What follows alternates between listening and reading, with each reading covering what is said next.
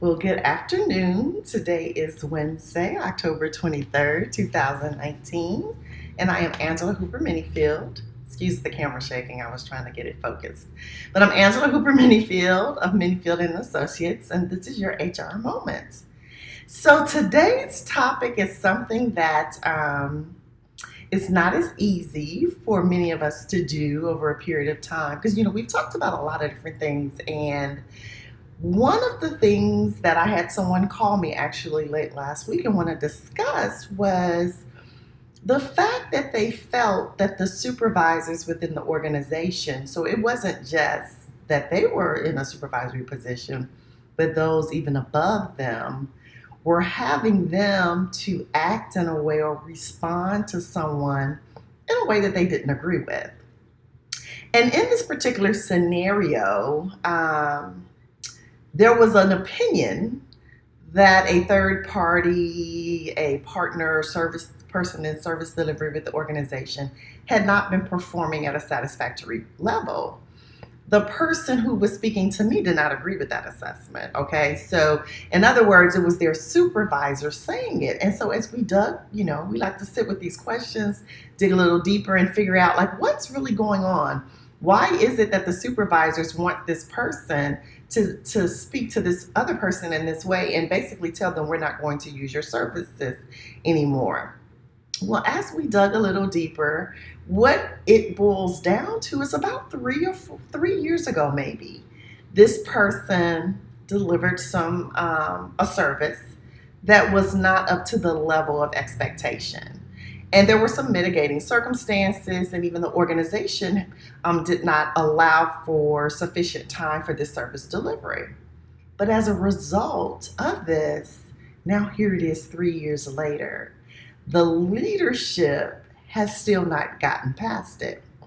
And it begins to sound as if this is becoming personal, as in it's really not about the work.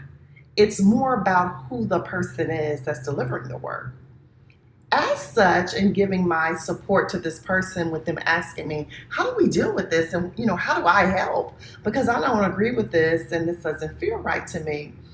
My immediate reaction was, well, do we have the capacity to separate the being from the behavior? What I mean by that is when we view people, we have to view them in a way that says, they matter, they're valuable, and we care about them. It doesn't mean that we agree with their behaviors, that they always do things right. And if there is a behavior or a conduct or performance issue that needs to be addressed, we address the behavior, we address the performance, we address the conduct.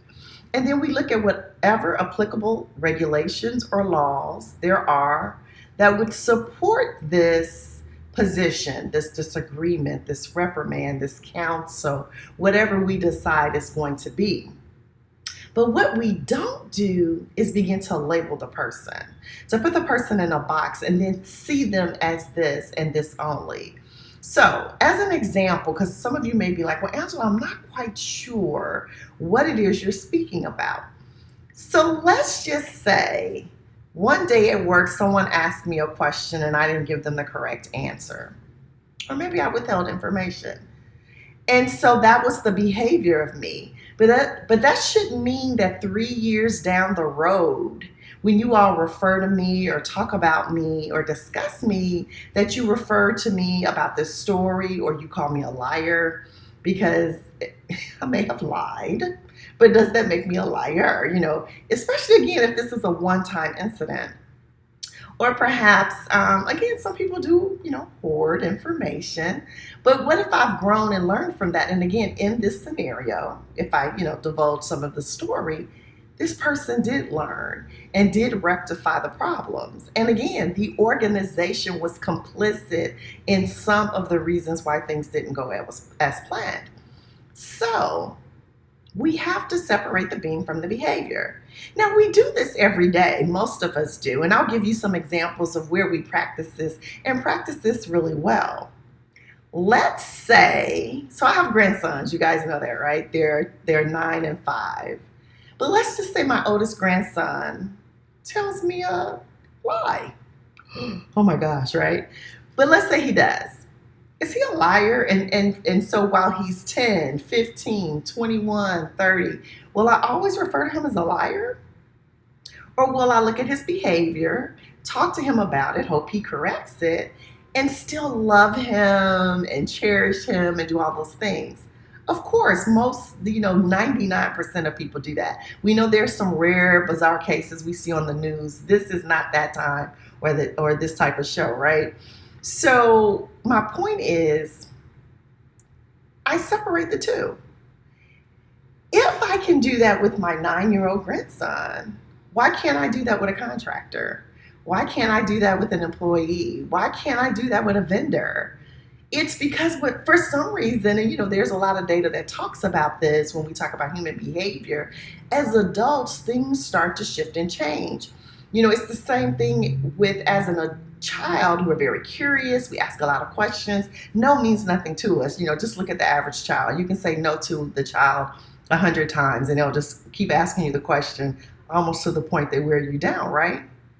But as adults, adolescents, young adults and adults, someone tells us no, and it's like, the world ended. Now all of a sudden, we use the term gun shy, right? We're afraid to approach people. We don't want to ask again. What if they say no again? And I hear all this stuff in the workplace all the time. And I'm like, what's the big deal? Somebody said no, get over it.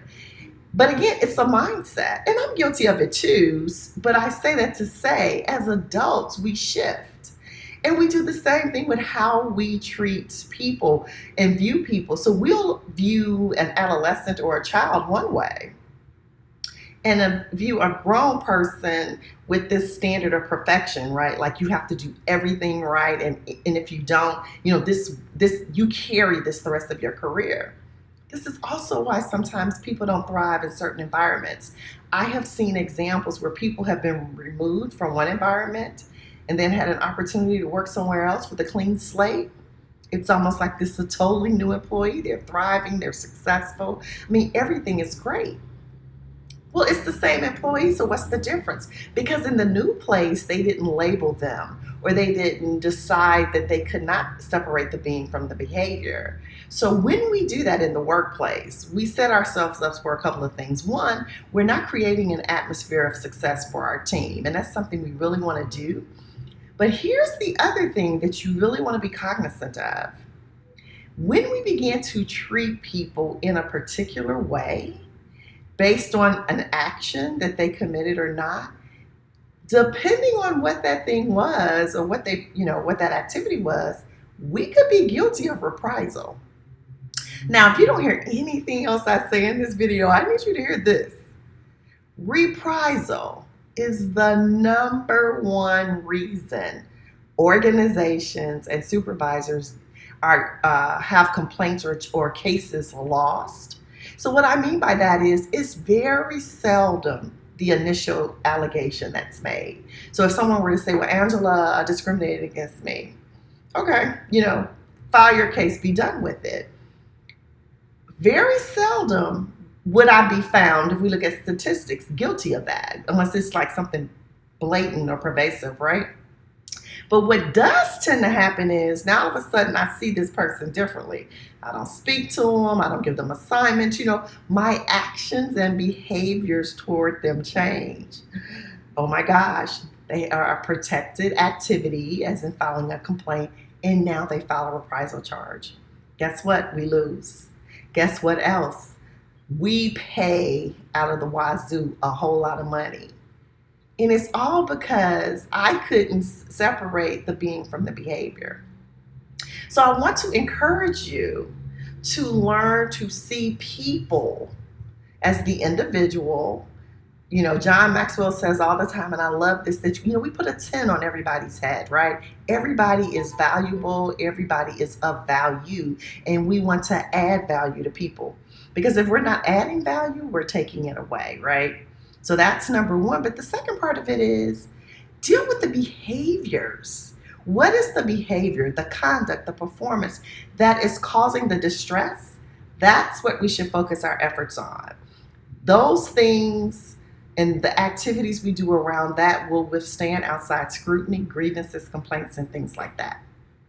So, thank you for watching today. Thank you for the thumbs up, those of you who are always so gracious enough to do so when I'm live.